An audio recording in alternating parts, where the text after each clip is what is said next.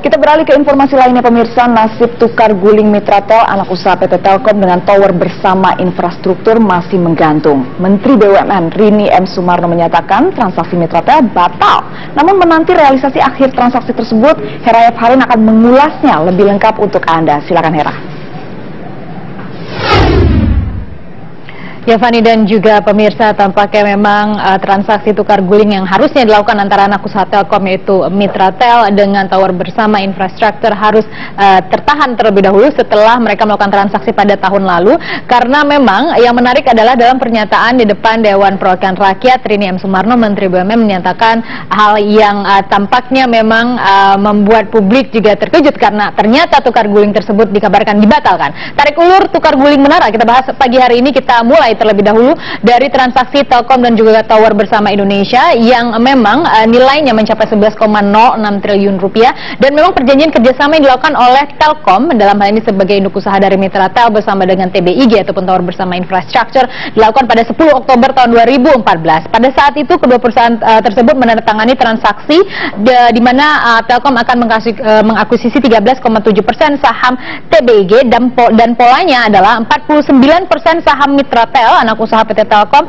akan disamakan dengan sekitar 5,7% modal saham TBIG melalui penerbitan saham baru. Dengan adanya akuisisi ini, maka TBIG sendiri akan mendapatkan kuasa untuk manajemen Mitratel dan mengkonsolidasi keuangan Mitratel. Tidak hanya itu, 2 tahun kemudian nanti akan menukarkan 51% lagi sisanya dari 49% yang di awal dengan saham Mitratel yang setara dengan 473 juta saham baru TBIG. Dan hal ini memang ramai didengungkan adanya kepentingan strategis negara dalam hal ini yang harus ditukar gulingkan dengan perusahaan swasta. Ke slide selanjutnya untuk mengetahui perkembangan terkini bahwa memang kita menanti akhir tukar guling menara. Apakah nantinya TBIG berhasil mendapatkan anak usaha PT Telkom tersebut atau justru sebaliknya? Karena dalam pernyataan Rini M. Sumarno di depan Dewan Perwakilan Rakyat menyatakan bahwa secara lisan sudah mendapatkan laporan dari Direksi Telkom bahwa transaksi antara Mitratel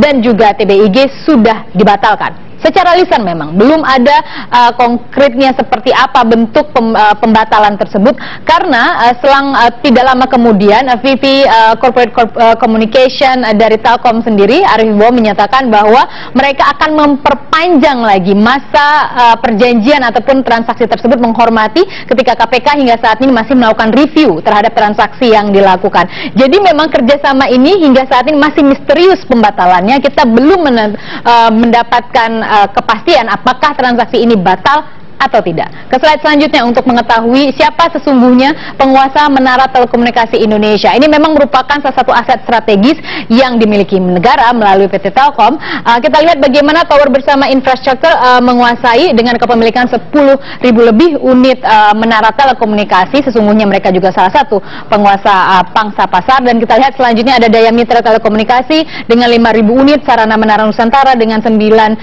unit, kemudian 10.000 unit dengan PT Profesional Telekomunikasi Indonesia, dan Solusi Tunas Pratama dengan 6.000 unit lebih. Dan artinya ketika nanti Tower Bersama Indonesia dan Telkom bekerja sama, maka tentunya ini akan mendominasi pasar telekomunikasi Indonesia. Ke slide selanjutnya untuk mengetahui apa yang menjadi dampak apabila transaksi ini berhasil dilakukan. Yang pertama, Tower Bersama akan menguasai pasar sebagai salah satu pelaku industri swasta yang bermain di bisnis pasar menara telekomunikasi. Tentu ini akan sangat menguntungkan untuk Tower Bersama. Namun di sisi lain, Telkom juga mengklaim mereka mampu memonetisasi anak usahanya, memberikan nilai lebih terhadap kepemilikan ataupun kinerja anak usahanya. Dan tidak hanya itu, bagi publik memang ada peluang untuk perluasan jaringan telekomunikasi bagi masyarakat. Namun memang ada beberapa pro dan kontra, mengingat Telkom sendiri merupakan aset negara yang menurut pihak tertentu tidak seharusnya ditukar gulingkan dengan pihak swasta,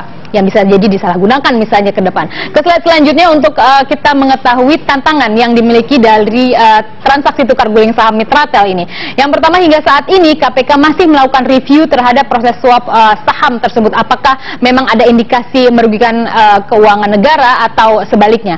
Kemudian DPR hingga saat ini juga masih membahas ulang transaksi, dan kita akan tunggu bagaimana proyek tukar guling menara ini bisa berakhir dengan siapa yang akan menjadi pemenang.